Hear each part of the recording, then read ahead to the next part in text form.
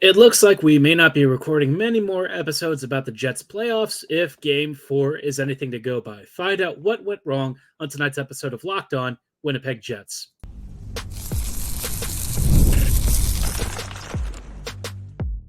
You're Locked On the Hockey Jets, your daily podcast on the Winnipeg Jets, part of the Locked On Podcast Network, your team every day.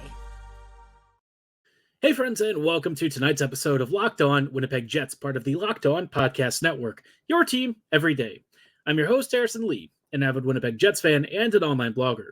You can follow me on Twitter at HLivingLoco and at LO_Winnipeg Jets. Thanks for making Locked On Jets your first listen of the day every day.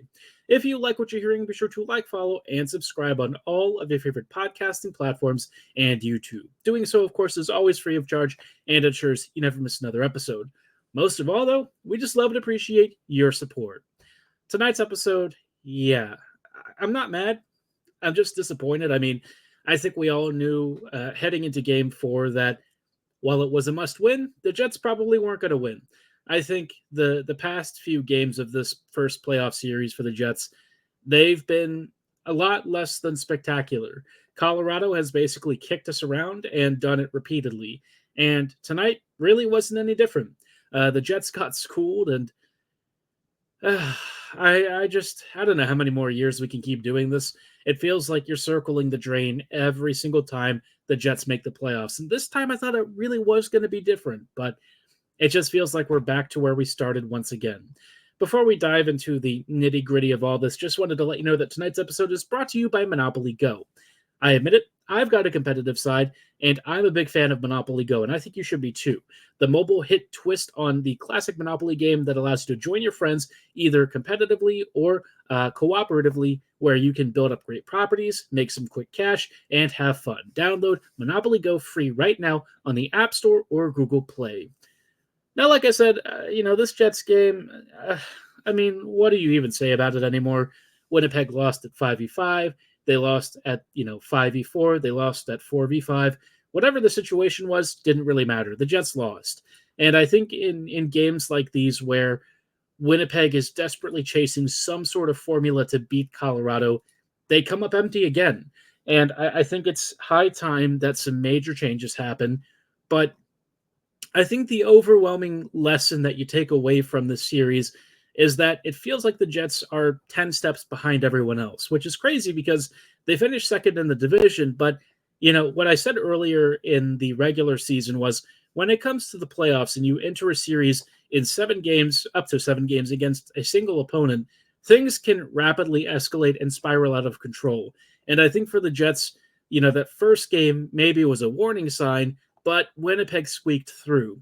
As soon as Georgiev started to put 2 and 2 together, though, Winnipeg was in trouble. And I think that has really been very apparent the last several games. Winnipeg has, despite creating some decent chances here and there, just been completely ineffectual against Georgiev when they do have offensive zone possession. And it's a lot of like one and done stuff, right? The Jets do a lot of dumping and chasing. They are constantly trying to navigate Colorado's stifling zone defense.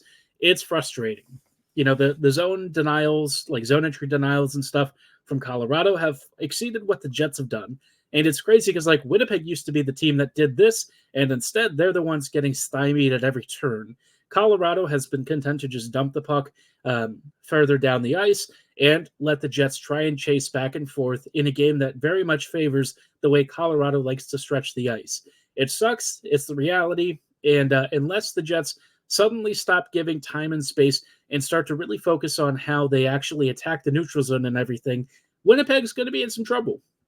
The Avs have really had our number this whole series, and it feels like Game 5 is basically a foregone conclusion. I wouldn't be shocked if the Jets managed to push it to at least Game 6, but based on the current run of form and how this team has performed, honestly, I don't even know if it's worth it. Even if you get to Game 6, right, what are we really going to see on the road in Denver? If the Jets actually have a strong showing in Game 5, I'm willing to entertain the thought that they can perhaps push it to a Game 7. But, that's a huge if. This team has been outclassed in so many categories.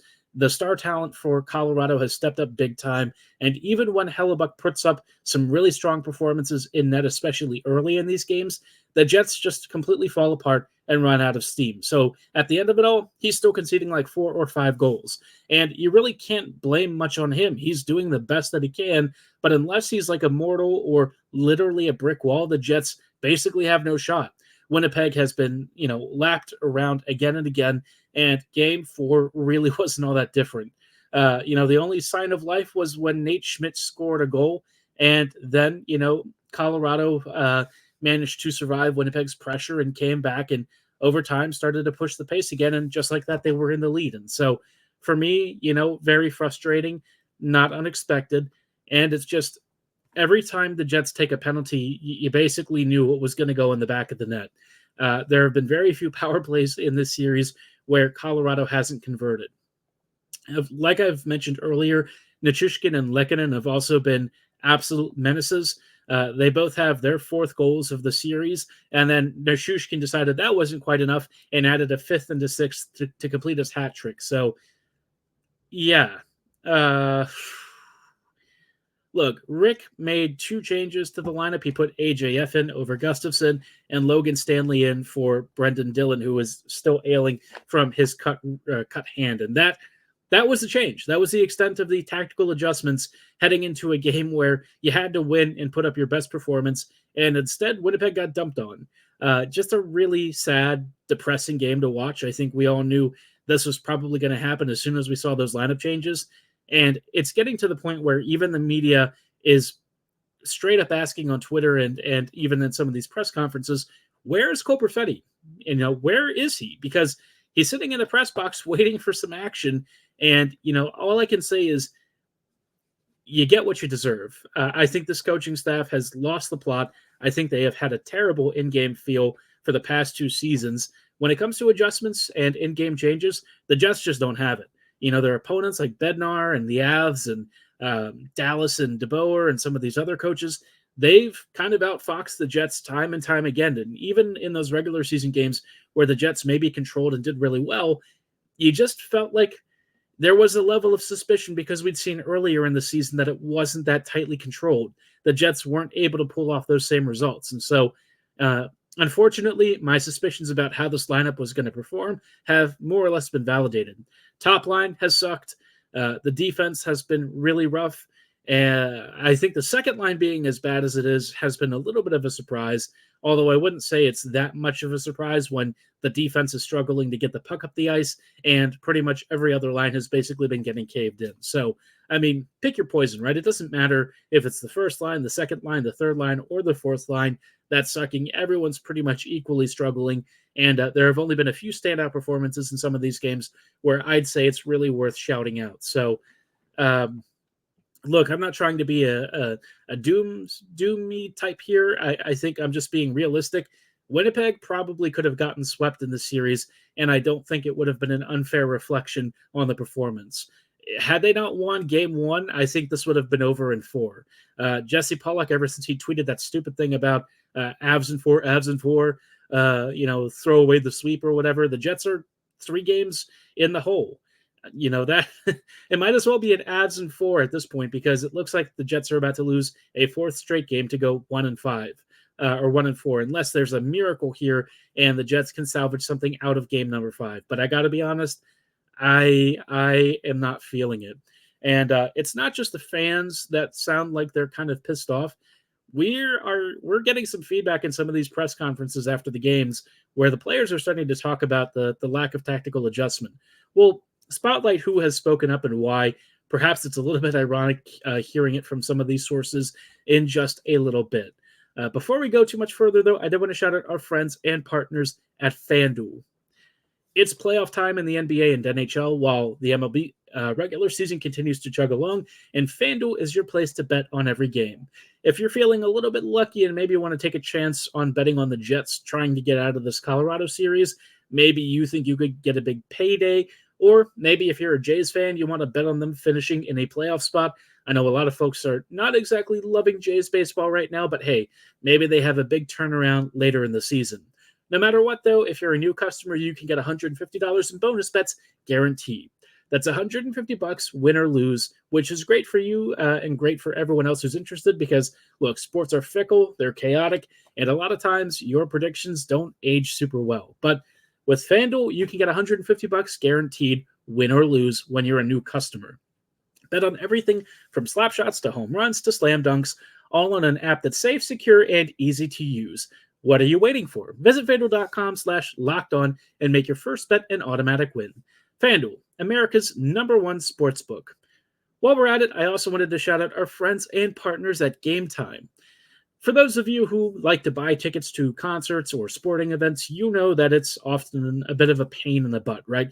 You pay for a ticket, you get hit with surprise fees, and sometimes you actually buy the ticket a little bit blindly, not sure where you're actually sitting. They may give you a seat map or something, but who knows where the seat is and if the view is actually obstructed. Gametime has been there, done that as customers of other ticket purveyors. They know what it's like, and they want to make the process as easy as possible. They offer you last-minute deals, all-in prices, and views from your seat. It's why they're now an official authorized ticket marketplace of the NBA. And, the closer you get to tip-off, the ticket prices actually go down. And they also offer flash sales and zone deals, too, for those of you who like to try and scout for the best possible price. With Gametime, you also get backed by their lowest price guarantee, event cancellation protection, and so much more. If you want to take the guesswork out of buying NBA tickets, go with Gametime. Download the Gametime app, create an account, and be sure to use promo code LOCKEDONNHL for $20 off your first purchase. Terms apply. Again, create an account and redeem code LOCKEDONNHL for $20 off. Download Gametime today. Last minute tickets, lowest price guaranteed. Howdy, friends, and welcome back to this episode of Locked On Winnipeg Jets, part of the Locked On Podcast Network, your team every day.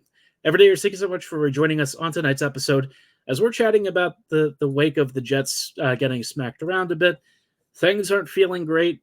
I think we all know that the vibes could not be worse at this point, and maybe some of us, myself included, are honestly just waiting for the series to end because it feels like it's delaying the inevitable. Before we talk about who else is fed up with the recent Jets performance, just wanted to let you know that the Locked On NFL mock draft is available now. Find the ultimate 6-episode series on Locked On NFL Draft to hear who our local experts are picking for every franchise with live reactions from local college experts and even the fantasy football angle.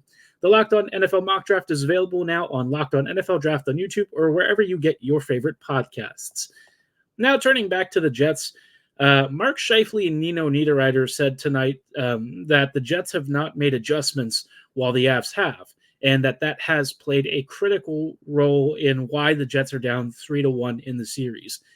What I find very interesting about this is, A, they're basically calling out the coaching staff very publicly, and B, from all accounts that we've ever heard, Scheifele has kind of been part of the reason why the top line has remained the way it is, right? The whole insistence on playing with Connor apparently is a real thing from what we hear. And again, we haven't heard him say it himself, but the fact that through multiple coaches, we've seen this line combo persist, even when there's a mountain of evidence that it doesn't work all that well consistently, makes me think that there's some legit fire to the fuel, right? Or I guess smoke to the fire, whatever you want to say. There's definitely something there, and I think we're seeing it more and more often recently where Bones keeps going back to it, and maybe he's just stubborn. Maybe that's him really wanting to reinforce that pairing, but I don't know. I gotta say, I feel like there's a two-way street here, and the coaching staff and Scheifele seem to be getting it wrong. It sucks because, on the one hand, I totally get why Mark is kind of intent on playing with one of the team's top goal scorers. On paper, it should really work and makes a lot of sense. But in practice, the Connor Scheifele Velarde line has been mediocre at best. And like I say this with Connor playing some of the best and most engaged hockey of his career recently, it's still not getting the job done. It's really not been all that effective. They've been outchanced, outshot, and outscored. And for all of the positive vibes that we had heading into the playoffs, none of them have really translated into any tangible performances from this top line. They might score a couple of goals here and there, but it's not enough to really paper over the sheer amount that they're giving up instead. So tough there. Niederreiter, I think Also kind of accurate, with his statements. I think he and Mark are definitely right about the Jets needing to change their approach and that the tactics in this series have gone wrong, but everyone kind of signed off on this. Like, people were kind of down with Bones playing this way, and, the fact that it's not working is not really a shocker. I mean, we all kind of saw the writing on the wall with how this team's forecheck and lack of foot speed were going to be an issue against a team like Colorado.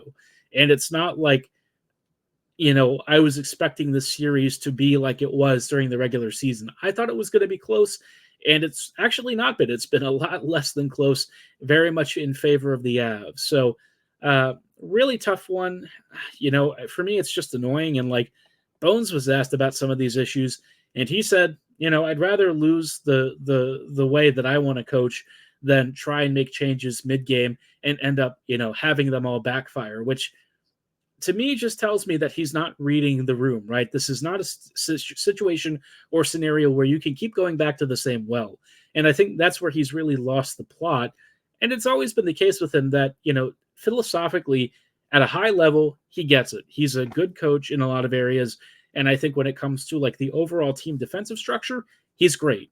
I think that he's made a huge impact there. I think he's a huge reason as to why this team was very stingy and why the Jennings Trophy belongs to the Jets.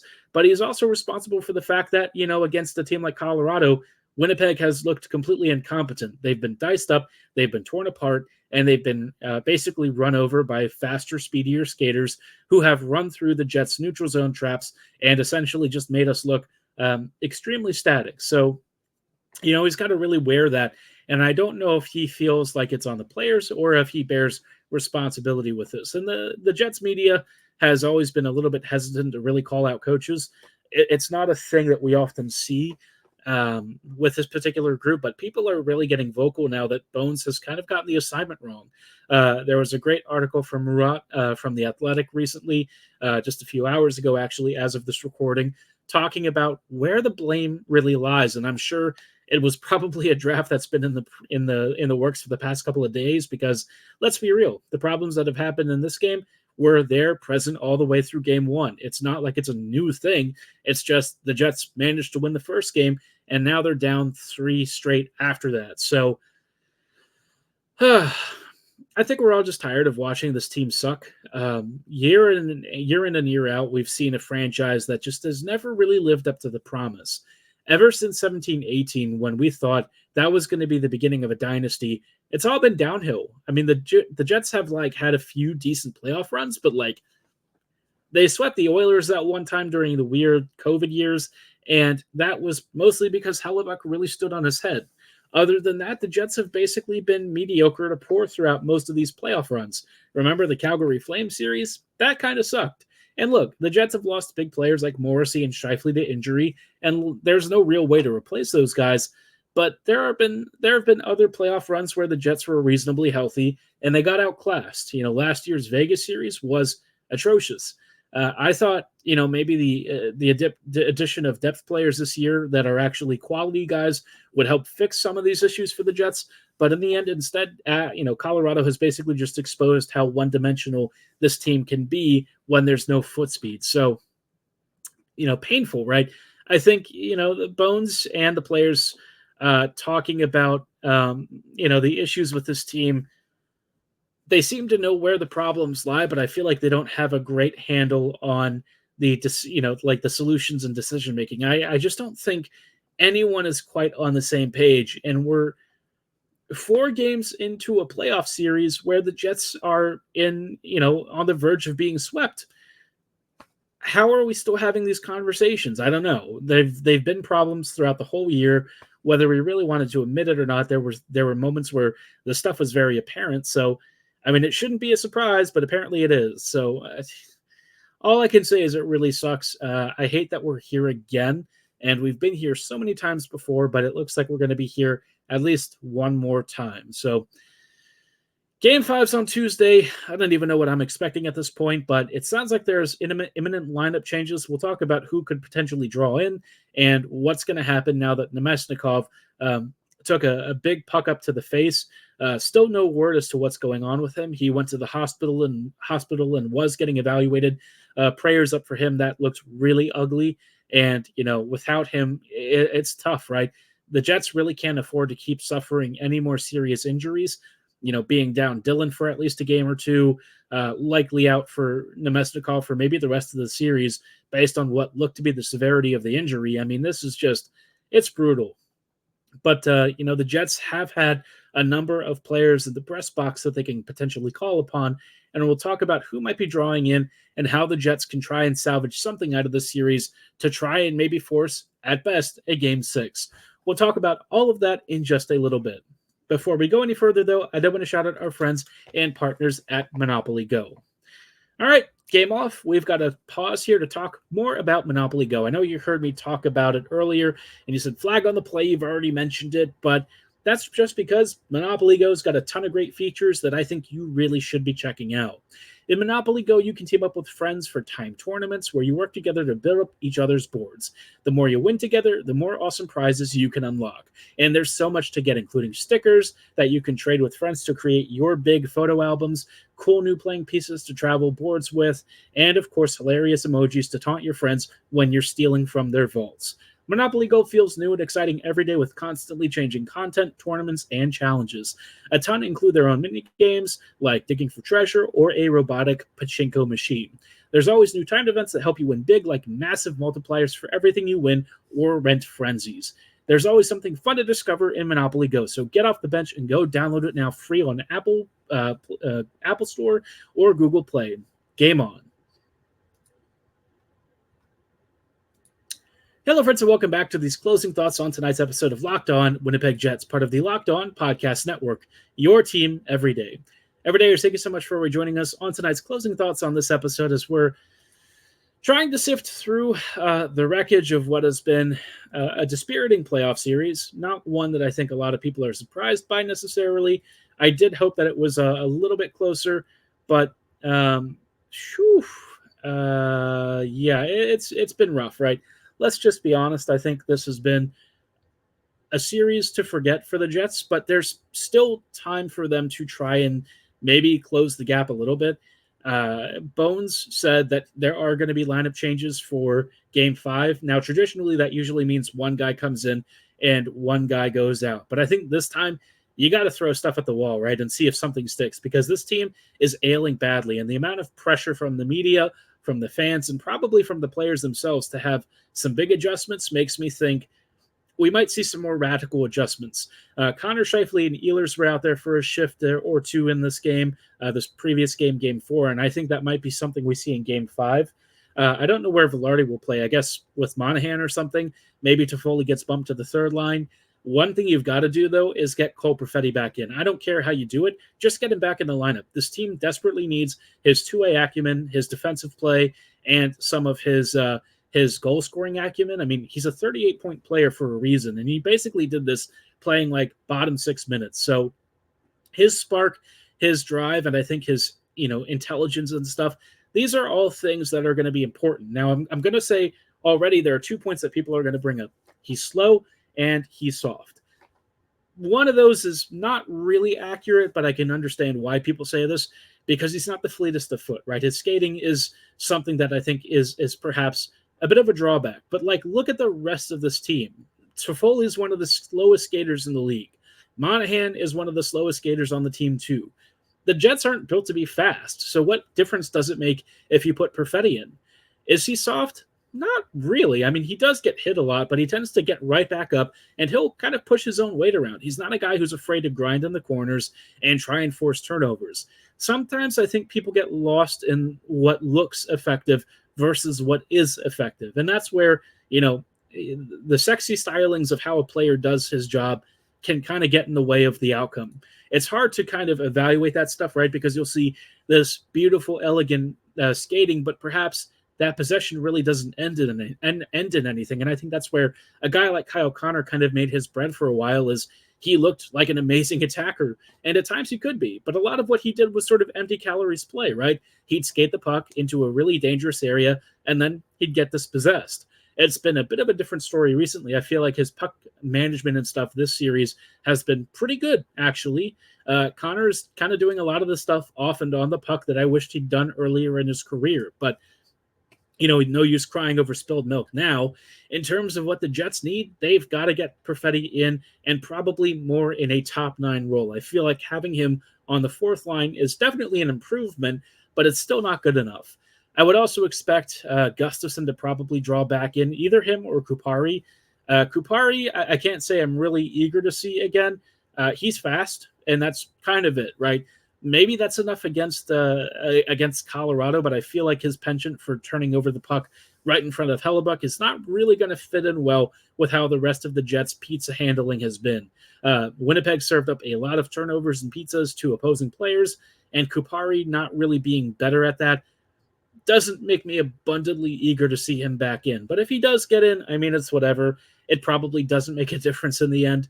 I think this team has kind of dug itself a big enough hole to where, barring a major miracle, it's going to be really hard to come back in this series. But, you make those adjustments, and that's a start. On defense, you've got to get Stanley out for Miller. I don't care how you do it. Just get Miller in. Collins not a great defender, but he's a guy who's probably going to be capable of moving the puck at least a little bit more effectively. I think that's going to help the Jets. I think Stanley has had one of the roughest runs in his career recently. All he did in this previous game was just take penalty after penalty and get himself in trouble against Colorado's speedier skaters.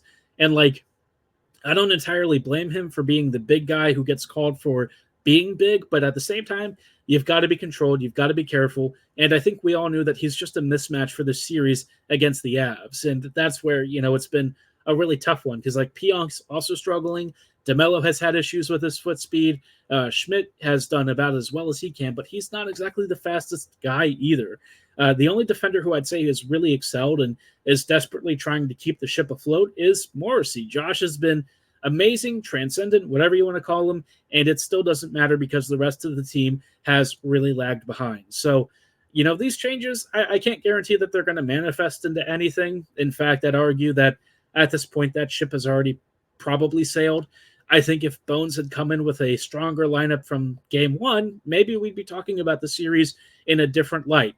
That's the thing, is I wouldn't complain if the Jets did stuff with, the strongest possible arrangement of talent that they had, and they didn't. The Jets kind of handicapped themselves early, and ever since then, it's been a downward slog. So all I can hope for is a good game 5, at home. If the Jets can win that one and somehow get a result in game 6, I mean, game 7, look, I don't really want to read too much into it because, the Jets are down 3-1 in the series. So, the odds of being able to extend this are extremely low. Most teams that are in this position definitely lose the series, and I think Colorado's probably licking its chops, just waiting for the opportunity to finish the Jets in either 5 or 6 games. But assuming Winnipeg can force game 7, it's all to play for. So let's just hope that the Jets don't embarrass themselves at home. I think Winnipeg fans are apparently starting to resell their tickets. That's how bad it's gotten. So let's hope for a big game 5, a big response, and some good performances from the new arrivals and reinforcements who can hopefully help this team look a little more competent. But let me know how you're feeling about this Jets playoff run. Drop your thoughts and comments in the section below or at my social medias at HLivingLoco and at LO_Winnipeg Jets. For tonight's episode, though, that is going to be all the time that we have.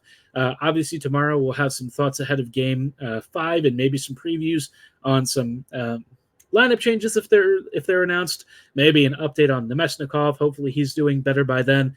And we'll also talk about some of the other ongoing playoff series, one of which has already ended with a sweep. The Rangers swept the Caps, and we'll talk about some observations from that.